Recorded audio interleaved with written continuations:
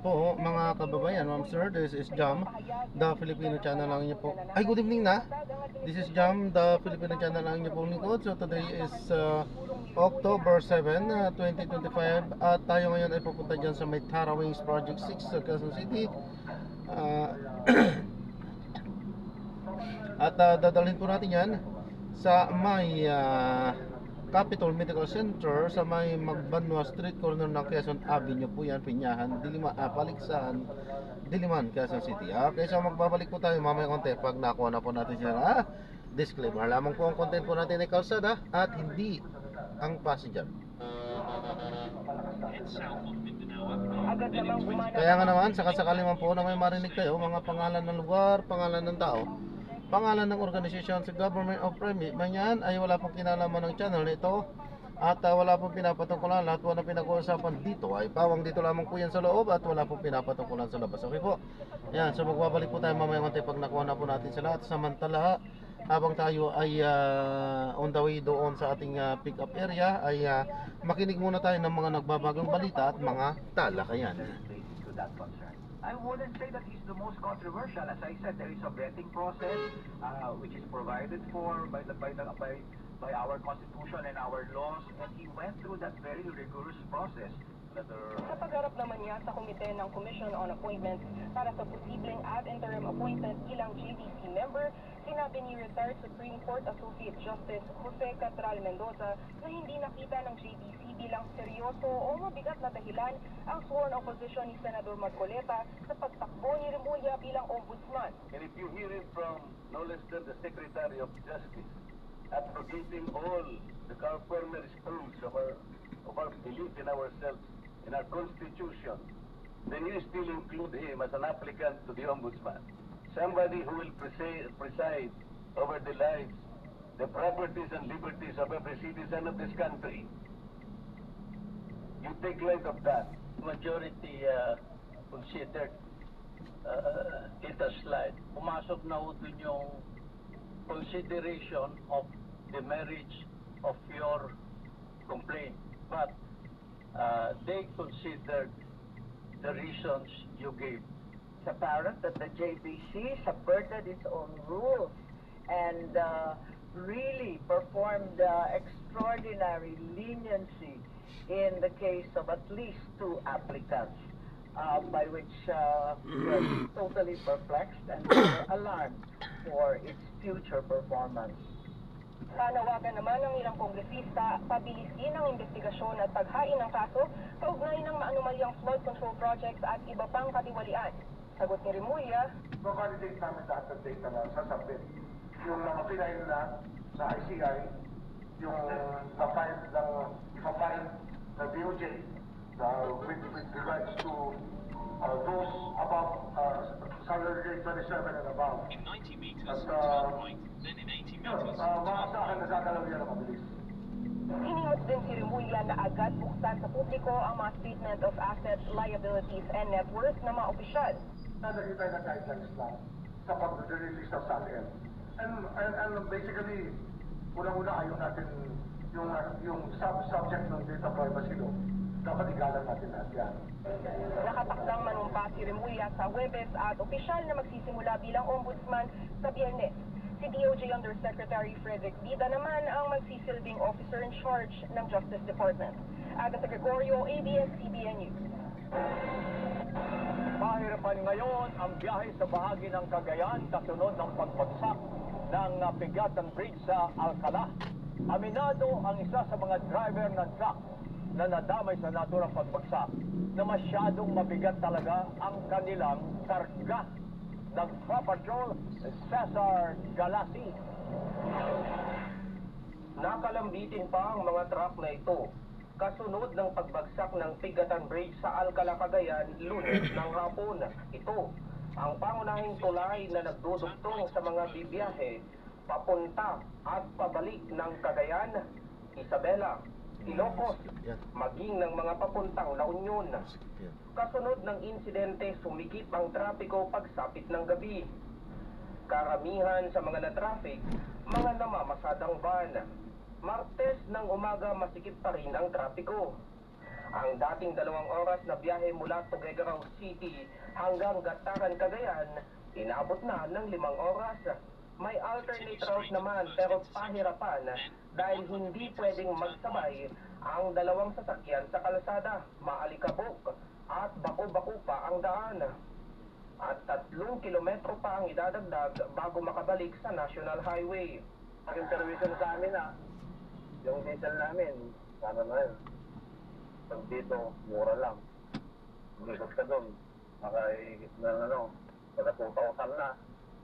Wala na yung kita namin Hindi pa rin naaalis ang 2 trailer truck at 2 10-wheel truck sa bumagsak na tulay. Ang isa sa mga truck, may karga pang toneladang sako ng palay. Tinakpan muna ito ng lona para maproteksyonan sakaling umulan. Isa sa mga nag-aayos ng nahulog na trailer truck, ang driver nitong si Jonathan Relos. Bagamat sugatan, hindi niya maiwan ang sasakyan. Maayos kami nagpapatakbo, sir, nung nakagitna na ako dito sa tulay. Nakasalubong ka naman. Pares kami nakagitna na. Biglang bumagsak, sir. Biglang bumagsak. 18 tonelada lang ang kapasidad ng tulay. Aminado si Jonathan na mas mabigat dito ang minamaneho niyang truck. Matagal na, sir. Nasa 2 years na akong nagmamaneho dito. Kaya karaping ganito rin ang karga ko. Lagpas din sa 18-ton capacity ang isa pang trailer truck na may kargang bakal at papunta namang Santa Ana, Cagayan. So, ang estimate, based on doon sa mga litrato, no, is 50 tons per truck. Correct. So, kung nagsabay-sabay yun, 150. 150 tons. Oh my no? goodness. Eh, ang sinabi sa akin, mga wala pang 20 tons. So, mga 18 lang daw, 20 tons 18. unit, no? So, kailangan tignan natin yun. And ano to, no? Kung totoo ito, na ito talaga ang nag-cause, no? Problema ho ito. Wala namang karga ang 2 pang nadamay na 10-wheel truck. 7 ang sugatan sa pagbagsak ng tulay. Nakalabas na ng ospital ang 6 sa kanila. Kinwestiyon naman ng alkalde ng Alcala, Cagayan kung bakit hindi na-upgrade ang tulay, lalo't agricultural province ang kanilang lugar. Napag-alamang 45 taon na ang edad ng bumagsak na tulay. Mga bridges natin ay talagang meron ng edad. You know, although the onus should really be the DPWH kasi ideally dapat lahat ng mga dadaanan along the National Highway ay kayang i-accommodate ang all kinds of traffic, light vehicles man or heavy vehicles. Nagtalaga na ang Cagayan na Provincial Police ng mga magbabantay sa iba pang lumang tulay sa lalawigan para hindi maulit ang insidente.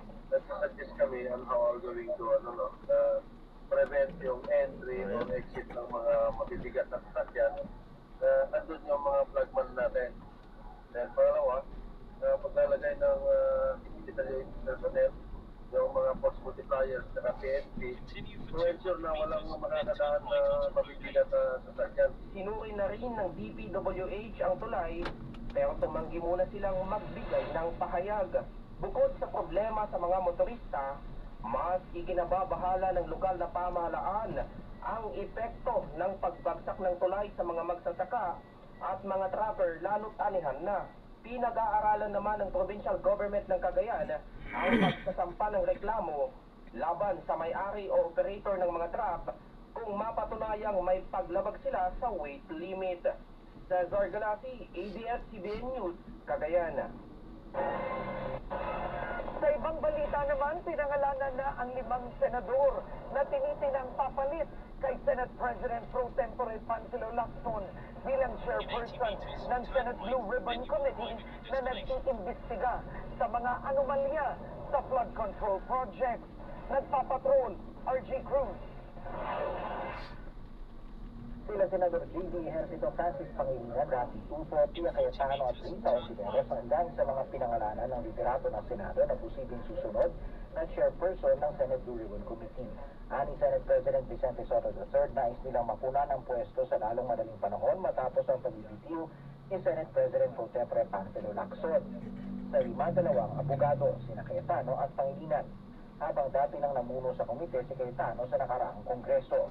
Ikinatuwa ni Tulfo na kasama siya sa pinagpipilian, pero kung iaalok sa kanyang Blue Ribbon Anya magalang niya itong tatanggihan dahil nais niyang tutukan ang mga komite sa labor, migrant workers at public services. Wala pang pahayag ang iba pero si Ejercito may ibang gusto. Mas marami ang tingin kong mas may kakayanan ang magandang hanggang kay Saldi ko lang, huwag kang lalampas. Pwede ba yun? Bakit ayaw iakyat ang investigasyon? Kailangan alamin ang katotohanan, ang buong katotohanan. Nang tanongin si Marcos kung nalilito pa ng Court of Gloria para palitan si Soto, wala, nabalitaan ko lang si Senator Alan na pinipida nilang susunod na SP gusto mag-resign lahat Natanong rin ang iba pang senador uko sa unang ulo na kay Soto. Kahit noon pa naman, kahit sino pa nagsiselan siya, basta kung sino nga gusto ng majority, doon lang ako. Kaibigan natin. Wala lang ako nalalaman. Continue straight at the first intersection, then in 70 meters, turn right. Ni Senate Minority Leader Alan Peter Cayetano, nakalaulay nilinaw niyang hamon lamang sa mga opisyal na pahihilay-hilay sa gitna ng kontrobersya sa flood control project. RG Cruz, ABS-CBN News. Bumilis po ang inflation rate sa bansa noong Setyembre o yung bilis ng pagtaas ng presyo ng mga bilihin at serbisyo. Isa sa mga itinuring na dahilan ang patuloy na pagtaas ng presyo ng petrolyo at mga gulay. Nagpapatrol, Jeffy Pascual. Naghahanap ng sangsapang lumpiang koge si Teresa. Sa 500 piso, marami na anya siyang nabibiling gulay sa palengke dati. Pero ngayon, kulang na ang budget. Pero kailangan titipirin mo rin. Lalo na may baby ka, sa apo ko. Napansin rin ng tinderang si Mary Ann na tumaas ang presyo ng ilang gulay noong mga nakalipas na mga linggo. Dito pa lang anya sa palengke sa kanila, ang repolyo ay umabot sa 180 pesos kada kilo. Sayote, 120 pesos. At carrots na umabot sa 300 pesos per kilo. Tumaas po siya ng mga 50%. Konti na lang po pinipili, tinitipid na po nila yung mga bilihin. Ayon sa Philippine Statistics Authority, bumilis ang inflation noong isang taon. Ang well-milled rice ngayon ay nasa 46.50 mula sa 65.51 noon. Aminado ang Department of Economy, Planning and Development na malaki ang itinaas ng presyo ng gulay dahil sa mga bagyo at pinalalakas ng pamahalaan ang mga programa para magkaroon ng sapat na supply at mapababa ang presyo ng mga bilihin. Isa sa mga hakbang ay ang sansayang na pagpasok ng ilang gulay mula abroad dito sa Pilipinas, gaya ng carrots, sibuyas at broccoli, ilang bahagi ng transportation network. Nagbabala naman si Mapa na may mga inaasahan pang mga bagyo sa huling bahagi ng taon na pwedeng makaapekto muli sa inflation ng bansa. Ang average inflation ngayong taon ay 1.7%, mas mababa kaysa sa annual government target na 2 to 4%.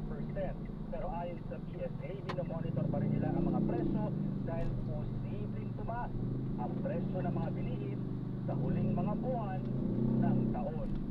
Jackie Pascual, ABS-CBN Humarap na sa pagdinig ng Independent Commission for Infrastructure si Senador Mark Villar na dating nagsilbi bilang kalihim ng Department of Public Works and Highways. Sinabi naman ng palasyo na hindi makikialam si Pangulong Ferdinand Marcos Jr. sa desisyon ng ICI na manatiling privado o closed door ang mga pagdinig. Nagpapatrol, Johnson Manabat. Maagang dumating sa tanggapan ng Independent Commission for Infrastructure o ICI si Senador Mark Villar. Dati siyang nagsilbing kalihim ng Department of Public Works and Highways sa DPWH na sentro ngayon ng mga anomalya sa flood control projects. Matipid ang naging pahayag ng senador sa media nang tanungin ang kaugnayan nito sa sinibak na dating DPWH Bulacan District Engineer na si Henry Alcantara. Sa organic sa Department of Public Works and Highways, still there sa career. Sumalang din sa pagdinig sa ikalawang pagkakataon ng mag-asawang Curly at Sara Discaya. They asked for a resetting for 7 days. They were asking time for them to receive certain documents which the commission requested. I cannot divulge that. sa October 15, alas 2 ng hapon, ang susunod na pagharap ng mag-asawang Diskaya.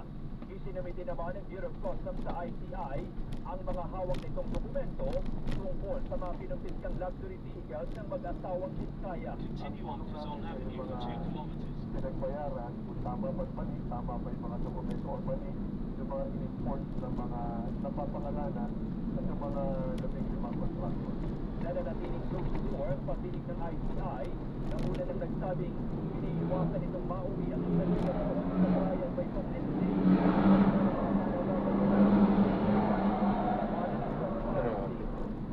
Yun ang sinasabing walang disiplina at pagmamaliwan. Gustong maging transparent ang investigasyon ng ICI. UV Express pa naman din. Sabihin ko ay pinag-isaan kung nag-itribut ka ang grado ng tao ay open to for public. Ang ibig lang, Parang giving na din ang kaya. Dahil hindi makikialam ang Pangulo sa operasyon ng komisyon. Dininamin ng Independent Commission for Infrastructure na merong miyembro nito ang nagpaplano ng mag-resign o magdinig sa pwesto gaya ng una ng pinalutang na isang mambabatas. Kanina, naglabas pa ng mga larawan ng ICI sa loob ng hearing kung saan present ang mga opisyal nito mula sa chairperson at dalawa nitong miyembro. Nanindigan ng tagapagsalita ng ICI na tuloy lang ang trabaho pati ang pagtupad sa mandato nito kahit limitado ang mga kayang gawin ng komisyon.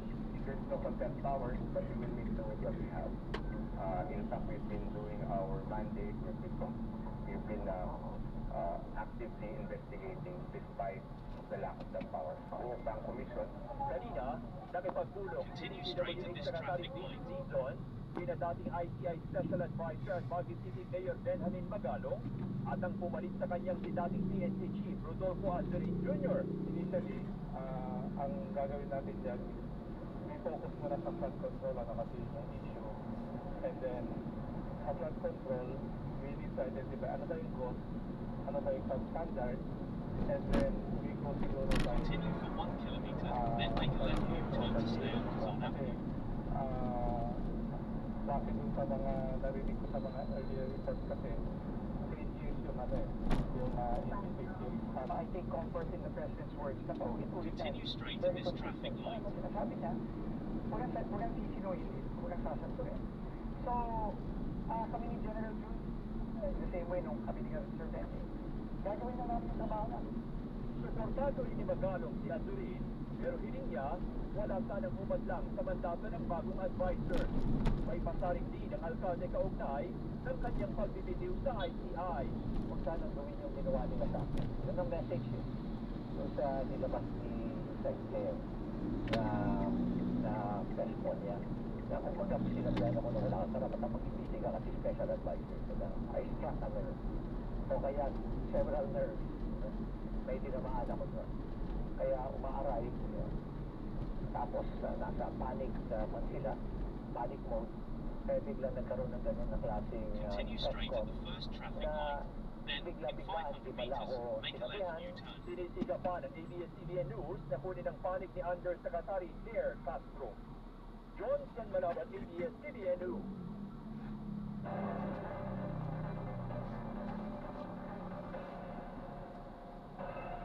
Napangayan ng motorsiklo ang isang guro sa Mandaluyong City. Unang inakala ng biktima na prank ang insidente dahil nangyari ito noong Teacher's Day. Nahuli ang suspect matapos ituro ng kasabat niyang tricycle driver. Yan ang CCTV patrol ni Christopher Iston. Nakita sa CCTV noong October 3 na madaling araw ang pag-U-turn ng nilang tricycle sa F. Blumenthal Street sa Barangay Bulungan, Mandaluyong City.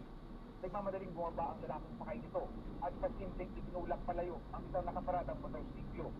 Umaga na nang malaman ng barangay na ninakaw ang motorsiklo matapos magpasaklolo may-ari nito. Actually, papasok ako noon, suddenly, when I went out, wala na yung motor ko doon, then I thought it was a prank kasi nga Teacher's Day celebration yun. In-invest ko siya bilang nagtatrabaho na teacher, hindi naman ganun kalaki yung sahod namin. Kailangan ko nga siya nabili. Ayon sa barangay, naplakahan nila ang tricycle at nakilala ang nagmamaneho. kilala naman yung tricycle na Dilaw, may pilahan dun sa kabilang barangay yung Barangka Drive. So dun na identify yung tricycle, pati yung driver. Namabilis ang pag-arrest sa suspect matapos inuso ng kasabot na tricycle driver ang pinagkatagpuan ng kaibigan sa barangay Plainview. Sumambag sa kanila ang motorsiklo na unti-unti nang kinakatay para maibenta. Ayon sa barangay, dati nang nasangkot sa pagnanakaw at illegal na droga ang suspect. Hindi na nagbigay pa ng pahayag ang suspect na posibleng maharap sa kasong carnapping. Christopher Simpson, ABS-CBN.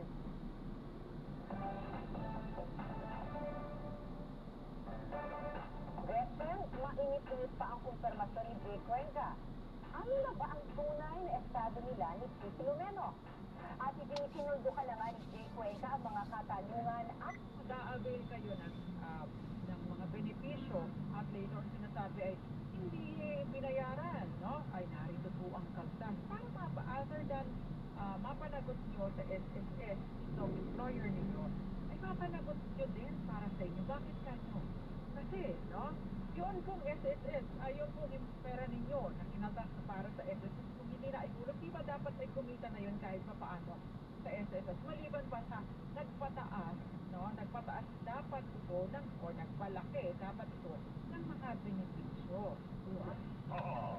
Dahil take note po, yung ating benepisyo sa SSS, no, ay nakabatay sa laki ng ulong at haba ng ating pagpupulong. So kung meron mga patlang-patlang dyan, may palya-palya dahil hindi ininulong na employer, malaking problema po para sa atin. Take note, meron po mga benepisyo na merong required na number of months, no, prior to a business. No? So mahalaga po na ito'y namumulong. Ito, merong question po agad dito. At ano po lang, true po ba si Violeta Montecao sa Brand? True po ba yun na Mr. Ko, si man nangungutang, pero ba lumabas ng utang? Yan. Yan po ang dahilan, no? Sa dahilan natin para i-monitor regularly ang ating statement. Para makasakali meron ganito, ating in 300 meters, make a left U-turn to stay on Luzon Avenue. Ipakita nyo sa action dokumento na nagsabi na nag-loan ako. So, Biolgi, tingnan po ninyo, ibigay ninyo ang record. Pwede po kayo mag-request ng record sa SSS para din In 200 meters, make a left U-turn to stay on Luzon Avenue. Ito ay pineke ang signature, ang application sir. So, yan po ang isa sa mga dahilan para i-monitor ang rason kung bakit kailangan natin i-monitor ang ating remittance. Magandang gabi din sa'yo, Ginoong Ray Revilla. Merong pang ito si Magdalena Martin. Ako lang po, totoo po bang kailangan na nag-load ka sa SSS para daw po In 80 meters, turn right, then in 40 meters, turn right. Ang SSS po, no, ay hindi pwedeng mag-load. No? Hindi dapat na pinapayagan na makapag-load ng ibang tao, no, sa iyong account. Ikaw lang may karapatan dito. Kaya nga po, again, we go back monitoring. So, we regularly monitor para yung question ni Tita Ami na pwede na ba ang voluntary contribution? Yes, of course. Pero may mga requirements. So, pagka naman na nandun na retired na kayo, especially lagpas na kayo ng 65, no? At tapos nagpipensyon na kayo, hindi na po kayo, hindi na dapat na nagulog kasi ang nagpipensyon na dapat kayo. Diba, Tita Ami, You have arrived at your destination. Ito pensioner na to si Tita Ami. Nung single pa ako ay nag-work ako. Kuya. Ito, ingat po. Bayad na po, no?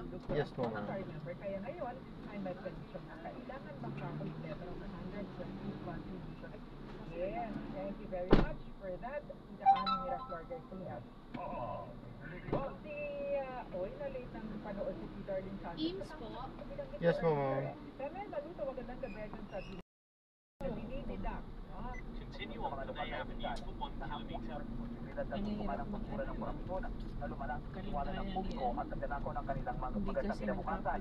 Atin ni Pangulong Marcos sa mga lokal na opisyal, magsilbing modelo at patunayan at pwede pa rin magpagtapat ang puno ng pag-asa at serbisyo publiko. Yan, ang balitang kumpirmado. Sigurado, ito ang Radyo Patrol.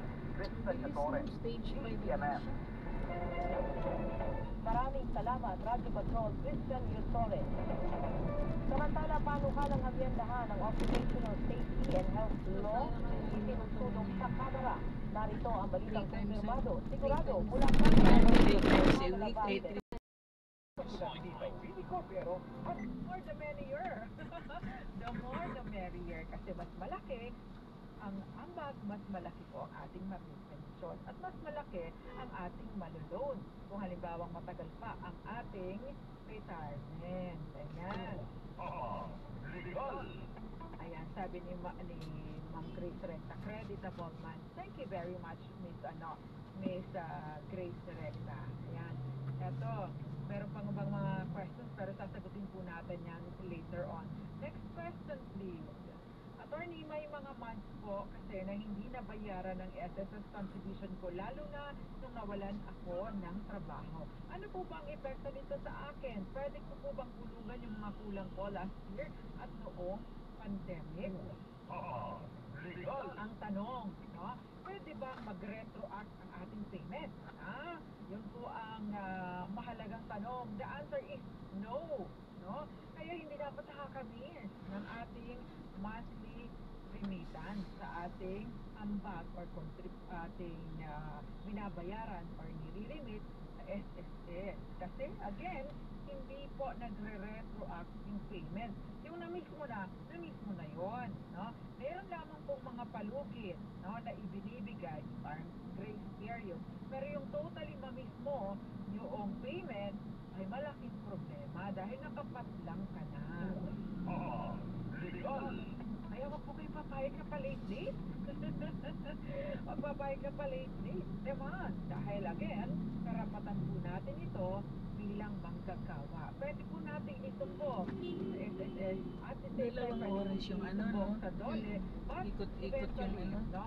Yung DOLE po, mag-ikot din sa SSS. Yan, so na-drop na natin siya na. Nakalimutan ko pa na. Umaliwa sa Palawan. Oo, nakalimutan ko. Actually, idinugtong lang natin yan. At from there, sa ating pinag-dropan na hospital, ay diniretso natin yan dito sa may Project 6 Quezon City. At na-drop na nga natin sila. Okay, so ayan. Maraming salamat po. God bless. Paalam po.